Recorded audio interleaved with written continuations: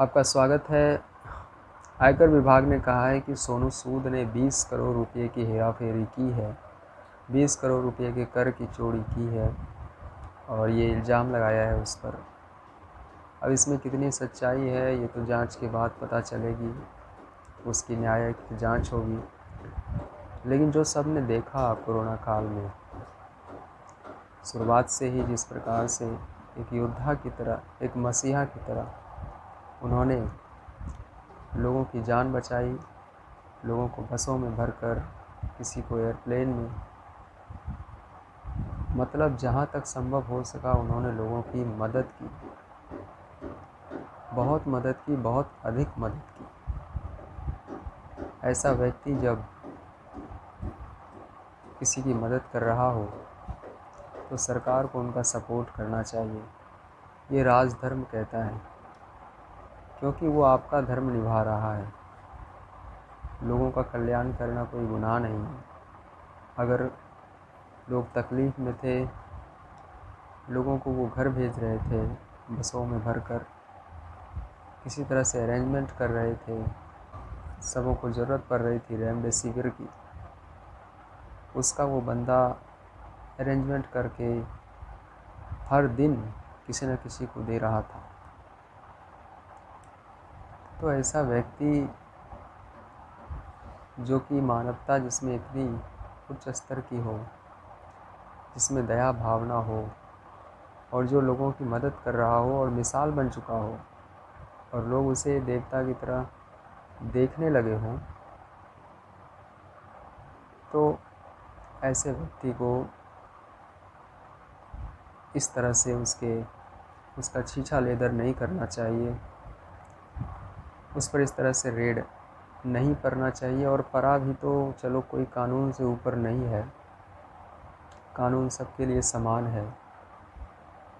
लेकिन यही कानून का तब कहाँ चला जाता है जब नेता लोग कोरोना काल में ही बड़ी बड़ी जनसभाओं को संबोधित कर रहे थे और लोगों को बाहर निकलने पर भी पीटा जा रहा था, डंडों से मारा जा रहा था। ये तो दोहरे मापदंड हैं, सबके सामने हैं। उनके लिए कानून अलग, हमारे लिए कानून अलग।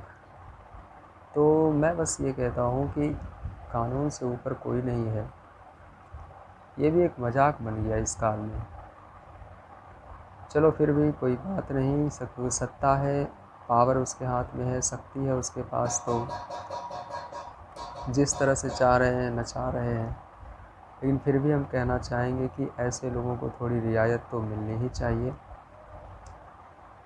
अगर उसने गलती की है तो उसको सज़ा मिले, लेकिन पिछली बातों का भी ध्यान रखा जाए कि किस तरह से उन्होंने मानवता के आधार पर अपना उत्कृष्ट प्रदर्शन किया, निश्चल भाव से लोगों की सेवा की है। उसने घर भेजा है लोगों को, बिहार, बंगाल, तमाम हिस्सों में देश के जहाँ जहाँ लोग फंसे हुए थे, अपने घर जाना चाहते थे, हर जगह लोगों को उन्होंने पहुँचाया है। जब सरकार और तंत्र फेल हो चुका था, सभी नेता अपने घरों में दुबक कर बैठे हुए थे, कोई सामने नहीं आ रहा था और उस समय वो सामने आया था बिना अपनी जान की परवाह किए। और इसी बीच उन्हें कोरोना भी हुआ था और फिर कोरोना से वो उबड़ भी गए थे। तो थोड़ी रियायत तो करनी चाहिए।